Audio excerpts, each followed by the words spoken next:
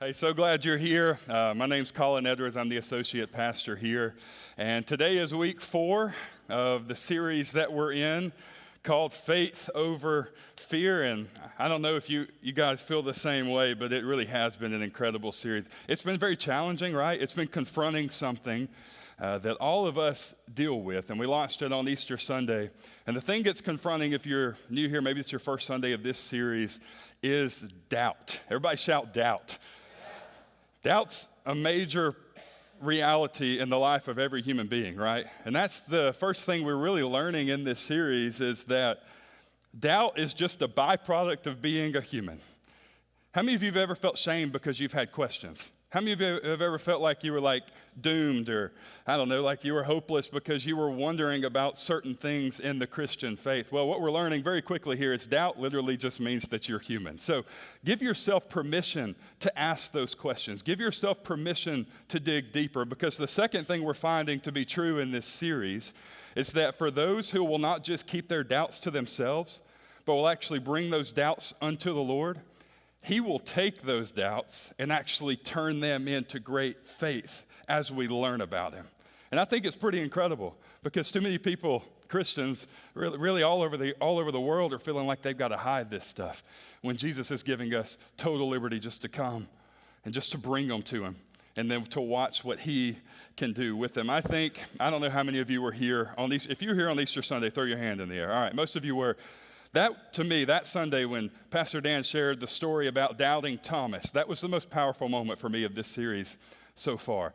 If you've never heard of Thomas in the New Testament, Thomas, we see him throughout some of the Gospels, but the story that Pastor Dan shared came after Jesus had risen from the dead. Right, so Jesus is on the cross, he's in the tomb for 3 days, he rises from the dead just like he told everybody he was going to do, right? But he appears to his disciples after he's been resurrected. Disciples are all in the room. He shows up to them, and the disciples are shook because the last time they saw him, where was he? Dead on a cross. Can you imagine what that moment would have been like? To see the man you saw die on the cross walk into the room. Come on, let's just be real. That would be nuts, right? And that's what the disciples felt. They were shook. Like, I can't believe this is happening. I'm sure they were pretty mind blown, but Thomas was not in the room. So the disciples had to go and fill Thomas in on what had happened. And Thomas is basically yo, y'all are tripping, man. This is ridiculous. Y'all can just save that joke for another day. Nope. Quit playing with me. That's dumb. I saw for myself where he was. This is pretty dumb. This is where Doubting Thomas gets his name, and that's a pretty tough legacy to have, right? How many of you, 2,000 years later, would still like to have doubting in front of your name as people refer to you, right? That's where his name comes from. But 8 days after Jesus appeared to the disciples in the room for the first time when Thomas wasn't there, he appears to the disciples again, and this time Thomas is in the room. Can you imagine what that moment was like? Jesus walked in. But what's amazing to me is Jesus didn't walk up to Thomas and stick his finger in his face. He didn't walk up to Thomas and scold him. He didn't walk up to Thomas and condemn him. Here's what he did. John chapter 20, verse 27 and 28. Do we have it? Oh, these screens are awesome right here. All right. Then Jesus said to Thomas, watch this, reach your finger here, look at my hands. Reach your hand here, put it into my side. Do not be unbelieving, but believing. What did Jesus do? He just, in the midst of Thomas's doubt, just said, bro, just come and decide for yourself if I am who I say that I am. Just come and make your choice. Come and take a look for yourself. And it had to be a pretty groundbreaking moment for Thomas, because we see in verse 28 here how Thomas answered the Lord and said to him, what? My Lord and my God. Thomas saw with his own eyes that amidst his doubts, amidst his skepticism, it really was true. It was as Jesus said that it was. And Thomas was so moved by this moment, Pastor Dan shared with us, that he ended up actually going out through all the Middle East and ended up in India, sharing the gospel as a missionary, where he was killed by a spear for his faith. How many of you know he had to be pretty marked by that moment to end up actually giving his life for it? But I love that about the Lord, and that's really the cornerstone of this series. It's a cornerstone of what I'm going to share with you today. God is not afraid of our doubts. He's not intimidated by our insecurity. Jesus is just standing here hey, I see the doubts you have. I see the insecurities you have. Just come look for yourself and then make a choice. Am I really who I say that I am. And that's the invitation for us this morning. Today in week 4, I want to share about one thing. Can y'all handle one thing? I want to share about one thing that causes many people to doubt God. I want to share about one thing that really in some extreme situation causes people to never want to have anything to do with God. And here it is. When Christians mess up. When Christians mess up. When the world is looking on and sees a Christian fall time and time again, especially publicly, right? Especially well-known people of influence. It causes the world to say, I don't want to have anything to do with that. And so I want to talk about that today. How do we handle this thing when Christians mess up? Because if we're honest, it's a tough thing to process. Most of us may even have people in our minds, and we got to be careful with that right there, but most of us can remember situations where a Christian missed the mark, and we'll say things if we're not careful like, oh, and he claims to be a Christian. You know what I'm saying? Or, oh, and she claims to be a Christian. Oh, now that's his real colors right there, right? That's a dangerous pathway to walk. Now, sometimes when this happens, when Christians fall short, they're really not Christians. They're just Christians that confess Jesus with their mouth, but actually deny him with their life. We call this being a hypocrite. Titus chapter 1, verse 16, Paul writes a letter to Titus, a young minister, beginning to tell him, to warn him about these hypocrites. Here's what it says right here. It says in verse 16, they profess to know God, but in their works, they what? They deny him. Being, watch this. This is some strong language here. Abominable, which means just detestable. Disobedient and disqualified for every good work. That's Paul warning Titus about what hypocrites are actually doing and what it means for them. Detestable, disobedient, and disqualified for every good work. Jesus talks about it in Matthew 23, verse 27 through 33. The language here just picks up all the more. Watch this. Jesus said, woe to you, scribes and Pharisees. And there's that word, hypocrites, with an exclamation point.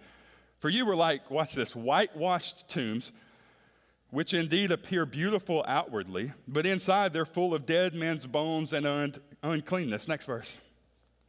Even so, you also outwardly appear righteous to men, but on the inside you are full of what? Hypocrisy and lawlessness. 29. Woe to you, scribes and Pharisees, hypocrites, because you build the tombs of prophets and adorn the monuments of the righteous. It keeps picking up in 30. I want to read all these because I want us to see the heart of Jesus in this. And say, if we had lived in the days of our fathers, we would not have been partakers with them in the blood of the prophets. 31. Therefore, you are witnesses against yourselves that you are sons of those who murdered the prophets. 32. Fill up then the measure of your father's guilt. Last verse, 33. Serpents, brood of vipers, how can you escape the condemnation of hell? This is like, I feel like we just need to take a deep breath after that one. Imagine being in the room and the Messiah steps in and just begins speaking in this language and this tone and this aggression. And honestly, this like a level of violence. He's not violent in this like carnal sense. He is just showing how passionately he hates hypocrisy. You with me? He is showing how hypocrisy fires him up, perhaps unlike any other thing. So I guess the question is why? Why does he hate hypocrisy so much? Here's what I want to suggest to you. I want to suggest he hates hypocrisy so much because when the world looks on at someone who confesses Jesus with their mouth but denies him with their life, it gives that individual an inaccurate picture of what God is really like. And thus it causes the world to want to have nothing to do with a God who so longs to be with his people. Causes individuals to say, I'm done with that mess. I've seen them fall too many times, like hypocrites. I don't want anything to, and the whole time God is gutted. Because he so longs to be with his people. He so longs to be in covenant and to be in relationship with his people. So no wonder God detests it so much. No wonder the language of Jesus in Matthew 23 is so strong. So here's what I want to say to you. If you're skeptical in here and you're walking in here like hurt by some of the decisions that people who claim Jesus with their mouth have made, I want to say that you are justified in hating hypocrisy. Why? Because God hates it too. And we're called to hate what he hates and love what he loves. So if he hates hypocrisy to this point, we ought to hate it to that point too. But I want to tell you what you're not justified in. You're not justified in hating the hypocrite Because God so deeply loves the hypocrite. While he despises the hypocrisy, he loves the hypocrite and so longs for them to return to him. So yes, God hates hypocrisy. Are we clear on that? Can I move forward from this point? I think we're pretty good, all right? But here's what we also need to understand. Not everyone who messes up is a hypocrite. I think we're quick to assume that sometimes, hypocrite, right? Oh, they missed the mark. But the reality is, not everyone who messes up is a hypocrite. Sometimes Christians that have just given their lives to Jesus and are trying to figure this whole thing out will what? Will fall. They will stumble. They will miss the mark. And if we're not careful, we'll just dub them a hypocrite. You with me? When in reality, they're a Christian that's pure in heart, trying to seek God, trying to know him more, trying to walk in the ways of Jesus, and they just missed the mark. Here's the reality. A young Christian is sometimes, and I can remember being a young Christian, some of you can probably relate, but a young Christian, sometimes it feels like you're a calf learning how to walk. Okay, I guess people have never watched a calf learn how to walk. It's okay, I was prepared for this moment because last night about 11:30, I pulled up a video of a calf learning how to walk, and y'all can put your eyes on the screen because I brought it for you today. Here we go, take a look.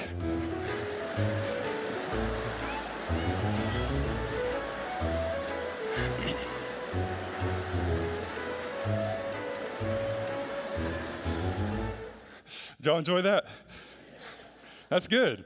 To me, that helped me understand this thing a little bit better because that's what new Christians sometimes, that's what it feels like as a new Christian. Here's the question. How many of you would run up to that calf and scorn it for not being able to walk? Nobody. Why? I just started a brand new life. It's the same thing with young Christians. We've got to be so careful not to run up and rebuke someone who's just trying to learn how to walk spiritually. For someone who's just trying to figure it out, man, and God is so gracious. Have you experienced the grace of God in your own life? He will let us stumble and fall. You saw the cow right there nudging the calf, just staying with him, steadfast, persistent. Hey, man, I've got you. He just nudging him with his little nose until he finally, at the end of that video, the whole video was like 3.5 minutes. I didn't put you through that. But at the end, the calf stands up, and you could just almost see, I don't know if you can see proudness or pride in a father cow's eyes. I don't know how that worked, but it just seemed like the cow was proud that the calf had learned how to walk. We must be oh so careful to not dub everyone a hypocrite. Recognize that sometimes it's a young Christian just trying to walk. But if you go even beyond that, sometimes seasoned Christians who have been walking with the Lord for years will still miss the mark. I see some head nods because you remember times in your own life where maybe you've been walking with the Lord 10, 15, 20, 30. I can keep going 40, 50 years from some older folks in here. You remember there were times when you still missed the mark. Here's what I came by to say. That while God so despises hypocrisy, he has great grace for the sinner that's in need of forgiveness. Somebody help me right there. That's good news. While he despises hypocrisy, he has great grace for the sinner in need of forgiveness. And I think that's in your notes. I want you to be sure to write that down. And I don't know if we have it on the screen or not. While God despises hypocrisy, he has great grace for the sinner in need of forgiveness. And here's my question. If he has great grace, ought we have great grace too? Because we remember how gracious he was to us. And now we can then be gracious to other people. So what I want to do right here as we begin to work toward the latter part of this message, I want to talk for a moment to those who are skeptical of Christianity. You are skeptical really of Jesus himself because time after time after time, you have seen Christians fall. You're so fat, it irks you, it frustrates you, it irritates you to no end because with your eyes you've seen mishaps and you just, no. Just the thought of Jesus just makes you feel on the inside because you just remember the times where people who claimed him or people who were trying to figure it out just messed up time and time again. And the question is, what do we do with that?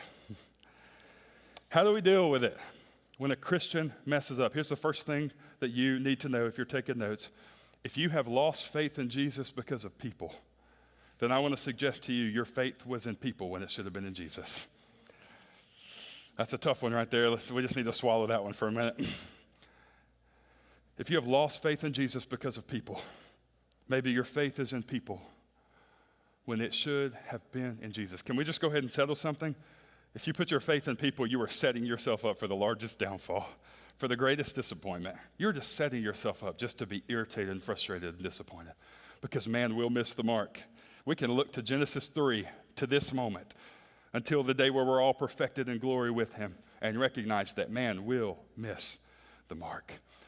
The second thing that you need to know, if you're taking notes, is that it would be just like the enemy to use another person's hypocrisy or shortfall to drive you away from God. Wouldn't that be just like the enemy?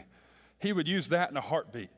He would stand on it and do everything he could to get you to see it, just so he could pin you against God for the rest of your life. Why would he do that? Because he knows that if you can actually see the plans that God has for you, you would never stay an inch away from God. You would want to be in relationship and in covenant with him for the rest of your life. So the enemy will throw hypocrisy and shortcoming your way to cause you to get your eyes off of why you were created. And God the whole time is just flailing his arms, trying to get our attention, saying, hey, man is going to miss it. Man is going to miss it. But I never will. That's what God will say. You with me? And he's fighting so valiantly and tenaciously to get us to see what he's really like. Every time you see a Christian mess up, I want you to remember three things. I said one thing. That was really unfair, wasn't it? All right. I want you to remember three things. The first thing I want you to remember, every time you see a Christian mess up, remember that you messed up too. Is that all right? Every time you see it. It's crazy because people make documentaries about people's shortfalls these days. They just put them on a billboard.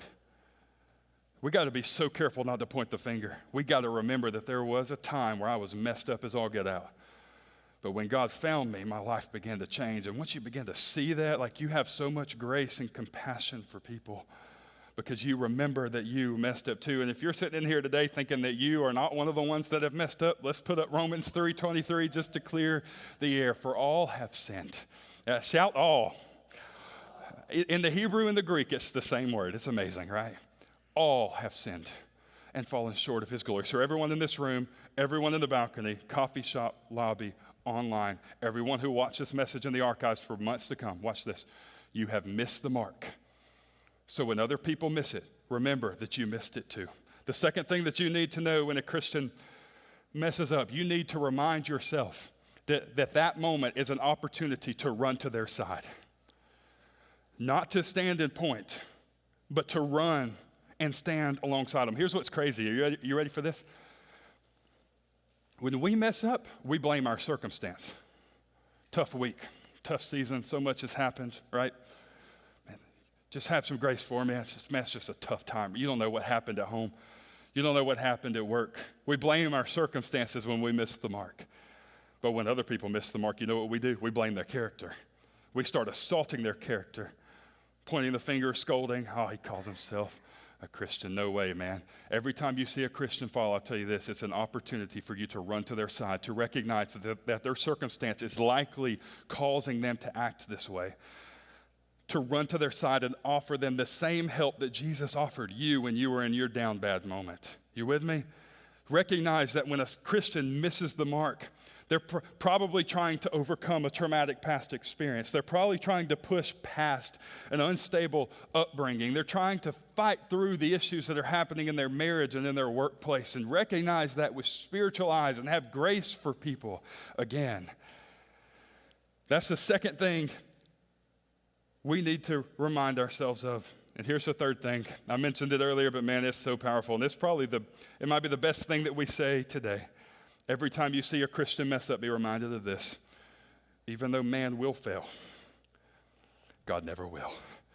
It's amazing to me because we recognize in moments of failure, when we see someone else fail, it's an opportunity to actually turn to God, not away from him, and to say, Father, I see this shortfall that has just happened. I'm gutted because I remember what it was like before you found me. I'm gutted because I remember that I once fell too. So, Father, I see that there's circumstances happening in this individual's life who are causing them to act in a certain way.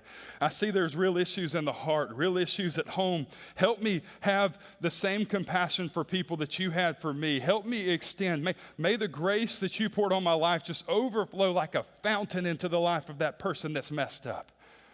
And, Father, every time I see a mess up, every time I see someone fall short, I'm reminded that man will fail time and time again, but you never will. And I'm so grateful that you never fail. What if we prayed this way, church? What if we saw life this way? What if instead of letting the enemy have his way and just drive wedges between us and God with every shortfall that we see on TV and on Netflix documentaries and on social media and through word of mouth, what if instead of pointing the finger, what if it was like, man, I'm just reminded, Lord, that you will never fail. What do you think? You will never fail. Here's what I came to remind us. His mercy is the same as it's always been. His grace is the same as it's always been. In fact, one psalmist wrote that as high as the heavens are above the earth, so great is his mercy toward those who fear him. Somebody help me figure that one out for a minute. As high as the heavens are above the earth. Can we all just look up, right? That's like millions of light years throughout this universe. As high as the heavens are, I'm not talking about the heaven where God is. I'm talking about like the heavens, like the galaxies and the solar systems and the nebula that are spread throughout this universe that scientists cannot even find an end to. It's crazy. I saw a thing the other day. It's like scientists discover a new star. Like, man, you're going to keep discovering new because there's no end to this thing, man. Like, that's just God. And as high as those heavens are above this earth, so great is his mercy toward those who fear him. I think it's a beautiful thing that we can anchor our life in the reality that though man will fail, God never will. So how about this? How about we never put our faith in man again? What do you think? How about we stand flat-footed, shoulder width apart, firm and strong on the reality that God never will fail? I want to talk right here as we close to each of you, especially to the skeptic, to the one who's cynical toward church and Jesus, to the one who probably maybe not even want to have anything to do with him. Amidst your doubt, he is standing before you the way Jesus stood before Thomas after he rose from the dead. And he's saying, you can just come and take a look for yourself. He's not going to force his agenda on you. He's not going to make you do anything. But I promise you this, once you see the scars in his wrist and you see the gash in his side, you won't want to give your life anywhere else. Once you see who he is and what he's really like, once you see how full of mercy and full of grace that he is, your skepticism will go out the window. And you will be like Thomas, who was willing to go to no end to tell people that it really is as he has said. He really is alive. I've seen him with my own eyes. I've experienced him. I know just how good he is. And if you've never been saved in here, if you've never asked God to forgive your sins, what he does the moment you ask him is he casts your sins as far as the east is from the west. We had fun talking about the heavens earlier. Let's think about this one. I don't have a tape measure that can give us some metric as to how far east is from west, but that's like just some immeasurable distance that God is trying to say, I will cast them so far that you'll never find them again. He's so gracious and he's so merciful. And the invitation today is twofold. Would you go ahead and stand with me just for a moment? The invitation is twofold. The invitation is to the hypocrite first. I want to be very blunt. God despises the way that you're living. Oh, but he loves you with all of his heart. So much so that he gave his life for you. And he's inviting you to come and see for yourself if he really is who he says that he is. Secondly, to the one who is skeptical because you've seen Christians miss it, God wants to invite you into a new way of seeing today. And your skepticism and your cynicism won't keep you from him anymore. But he's inviting you to run to him and just take a look. There's people in here who would tell you he really is who he says that he is.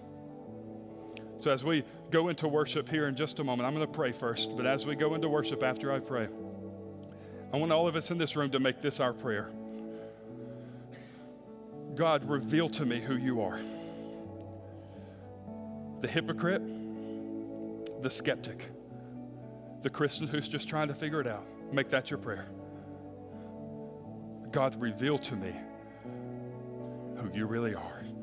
Can I tell you what I found? God's not teasing us. for those who really want to see him. He's going to show himself, and your life will never be the same. Would you bow your heads with me?